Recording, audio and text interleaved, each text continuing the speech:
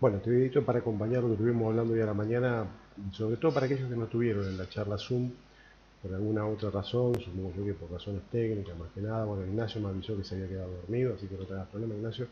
Acá estamos con un video para acompañar la explicación, aunque no veo que, digamos, no creo que tenga dificultades en este tema, pero está bueno acompañar. A ver, es un textito muy sencillo que habla sobre las normas y la vida en sociedad. De hecho, lo que tiene de interesante la charla, que por ahí partimos de acá, pero después nos permite relacionar con temas que estábamos trabajando en historia y, bueno, y ver si y también aparecen algunas dudas. Entonces, la charla por ahí tiene esa fluidez que no tiene en video, pero bueno, la idea, por lo menos que acompañemos para aquellos que no tuvieron la posibilidad de estar. De, de hecho, partimos de las normas, ¿sí? Y de la necesidad de las mismas en la vida en sociedad. Entonces acá te cuento un poco en este texto que tenemos para el día de hoy en Construcción de Ciudadanía, que las normas son necesarias y sobre todo tienen una explicación en función de la evolución del hombre en sociedad. Fíjate que te cuenta, dice la diferencia de intereses, las limitaciones que el conjunto le impone a cada individuo y el poder que unos sobre otros también imponen. Esto genera conflictos y ese conflicto en las sociedades necesita, por lo menos, que haya pautas o normas para poder ordenarlo, ¿cierto? De hecho, el año pasado también, lo charlábamos hoy en la reunión, que hablamos varias veces de esto, sobre todo cuando hablábamos de cómo había aparecido el código de Hammurabi, que tenía que ver básicamente con la regulación, ¿sí? Se había puesto por escrito, no es que Hammurabi va a ser el que lo invente, sino que lo que va a hacer Hammurabi es compilar una serie de normas que permitían la convivencia social. Lo estuvimos también charlando hace 2 semanas atrás cuando hablamos de las leyes en Roma, ¿sí? Que tenían que ver justamente que como la costumbre de alguna manera había pautado determinadas normas y que después a través del tiempo esas costumbres que de alguna manera entre todos compartían y eran aceptadas se habían institucionado a través de las leyes. Bueno, esto te cuenta un poquito acá, ¿no? Es decir, es más o menos lo mismo, por eso me pareció interesante trabajar este tema, porque de alguna manera venía a redondear aquello que habíamos estado charlando algún tiempito atrás en historia. Dice, hay normas que surgen de las costumbres, como decíamos recién, por ejemplo, la del idioma, el horario para comer, la manera de vestirse, y otras que, las leyes particularmente, son establecidas por organismos especiales como las legislaturas. Fíjate que las dos parten de la norma, o fíjense que las dos parten de la norma, pero costumbres y leyes, digamos, se estructuran de formas distintas. Las dos son obligaciones, porque si no se las respeta, se recibe algún tipo de sanción, o sea, hay algún tipo de castigo. Evidentemente no es lo mismo asesinar a alguien que llegar tarde a almorzar, ¿cierto? Sí, va a haber sanciones, pero esas sanciones van a estar de acuerdo o acordes a las situaciones particulares que representen. Dice, algunas de esas normas se consolidan a través del tiempo y se convierten en instituciones, la familia, el matrimonio, la ley de Estado. Esto lo habíamos charlado también hoy porque hablamos de la familia, un poco cómo se había dado la evolución de la familia aparentemente en el mundo romano, de dónde venía el término familia, que viene de famulus aparentemente, que hace justamente referencia al conjunto de personas que convivían en torno a al pater, al padre de familia, que tenía que ver no tan solo con la mujer y los hijos, sino también con los parientes, inclusive con los esclavos, inclusive también ese manto protector cubría a aquella gente que estaba vinculada, por ejemplo, por necesidad, por vínculos políticos, era como una especie de gran familia. Eh, bueno, los gobiernos, las religiones son ejemplos de instituciones. Las normas, tanto las costumbres como las leyes, son una manera de reconocer derechos y facultades a las personas y a los grupos, ¿sí? De hecho, la norma te garantiza a vos que tenés determinados derechos y facultades, de la misma manera que la ley te permite a vos hacer determinadas cosas. O sea, ves, dan permiso para hacer obtener determinadas cosas, pero al mismo tiempo las normas pautan restricciones y obligaciones, o sea, esos derechos tienen limitaciones, ¿no? y también te obligan a cumplir con determinadas pautas. El otro día, no me acuerdo con qué grupo estábamos conversando, si fue cerca del 2 de abril, no recuerdo puntualmente, el por qué, o con la gente de Sexto, no me acuerdo ahora con quién estábamos hablando de por qué era obligatorio concurrir a la guerra en caso de que ocurriese, ¿cierto? Es decir, por qué los hombres, a través de, sobre todo en el siglo XX, que esto está muy pautado, regulado, bueno, porque hay obligaciones, digamos, el ciudadano tiene derechos, pero también tiene obligaciones, y está pautado que en caso de conflicto tiene que acudir a las armas a defender a la patria, ¿cierto? Yo no sé si esto ha cambiado dentro de la regulación, pero por ejemplo, para dar un ejemplo más concreto, cuando se producen los eventos electorales, las votaciones, cuando uno lo citan como autoridad de mesa, tiene la obligación de ir. ¿Por qué tiene la obligación? Después creo que se había ahora, el último tiempo estaba arancelado, se le pagaba a la gente porque no quería ir, pero digamos, es una obligación como ciudadano, porque como ciudadano no tiene un montón de derechos, pero también tiene obligaciones, ¿no? Y una de esas obligaciones, por ejemplo, era concurrir en los comicios a votar, pero también a participar como autoridad de mesa para garantizar que esos comicios se realicen.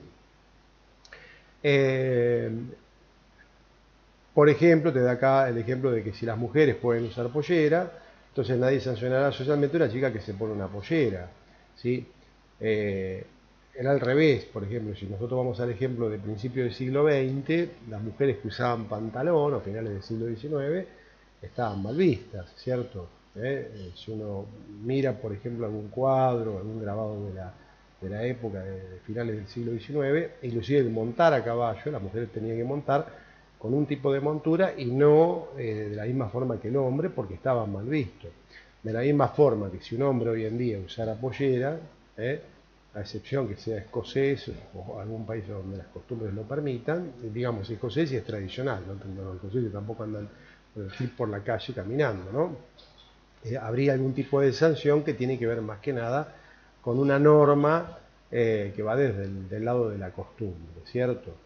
Entonces, exigen ceder una cuota de libertad individual, ¿no? Porque vos al reconocer los derechos, te reconocen los derechos, pero tenés que también, a la hora de que esos derechos sean reconocidos, tenés que también de alguna manera asumir que parte de las cosas que uno quisiera hacer o podría hacer si viviera solo en el medio de la selva, no la puede hacer en el ámbito social. Por ejemplo, hemos citado, o hemos dado muchas veces el mismo ejemplo, uno puede escuchar, vamos a corregir acá, ya que estamos, uno puede escuchar música, tiene la libertad de escuchar música, pero no tiene por qué infringir, ¿sí?, las libertades del vecino, haciéndolo escuchar la misma música que a mí me gusta, el de al lado. O sea, que si yo escucho música, tengo el derecho de escuchar la música que quiera, porque por eso vivimos en libertad, pero también tengo que ser respetuoso del otro, que yo no sé si le gusta primero, si después está durmiendo la siesta, o si trabaja de noche y duerme de día, digamos, no tengo por qué hacer. Y esto, digamos, es una cosa cotidiana, lo mismo que los residuos, ¿no? Está habilitado, por ejemplo, yo no tengo un cesto de residuos o no pasa la recolección, puedo tirarle a cualquier vecino la basura. Entonces, digamos, las cosas cotidianas, que muchas están pautadas a partir de las leyes, hablan de que siempre tiene que haber, para mis derechos, para las cosas que tengo permitido hacer en sociedad, hay unas limitaciones y bueno, esas limitaciones las tengo que cumplir porque también es por el bien de todos. Bueno, a ver, vamos acá, la foto, la imagen esta me molesta un poquito. Vamos a subir un poquitito acá para ir terminando. ¿Es necesario conocer todas las normas? Bueno, quizás has escuchado decir que algo o alguien es moral o al contrario es inmoral intuitivamente, y acá te habla un poquito de lo que es el concepto de moralidad, ¿sí? Y explica, digamos, si es muy vago, pero me parece que como para ir empezando está bien, y después termina diciendo por qué no es necesario conocer todas las normas, porque en realidad este concepto de moral, que dice es un aspecto de las personas y de la sociedad relacionado con la idea de que hay formas de vivir y de actuar que son más propias de los seres humanos, que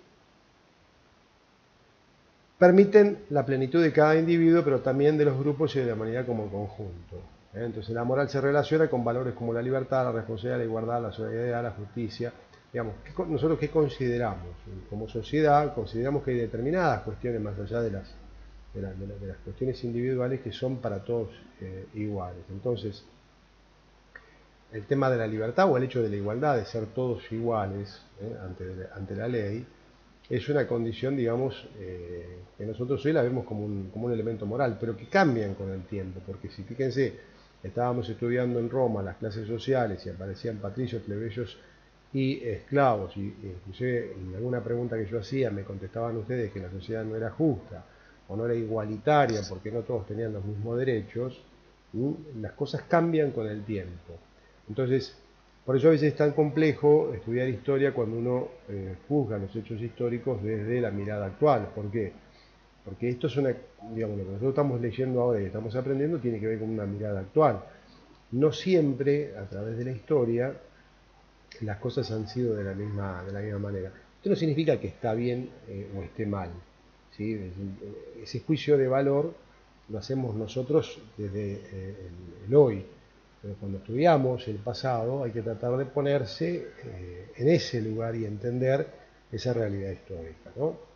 Entonces, entendiendo lo que es moral, desarrollamos una conciencia moral, que es esa capacidad inherente que tenemos de identificar lo bueno y lo malo. Esa conciencia moral tiene que ver justamente con un desarrollo que vamos haciendo a través del tiempo, digamos. Como decíamos hoy también, cuando uno nace, aprende en sociedad todo lo que nos hace seres humanos. Y la conciencia moral también. Lo que pasa es que es mucho más difícil porque estos conceptos uno los puede explicar, pero con el tiempo van arraigándose en el ser humano y digamos cuando llega a la madurez de edad o a la plenitud, ahí esa conciencia moral podríamos decir que está totalmente desarrollada. No significa eso que todo el mundo lo acepte, fíjate, si válidamente no aceptamos, por ejemplo, la desigualdad y sin embargo hoy seguimos hablando de los maltratos a las mujeres. Bueno, hoy se discute también el tema de,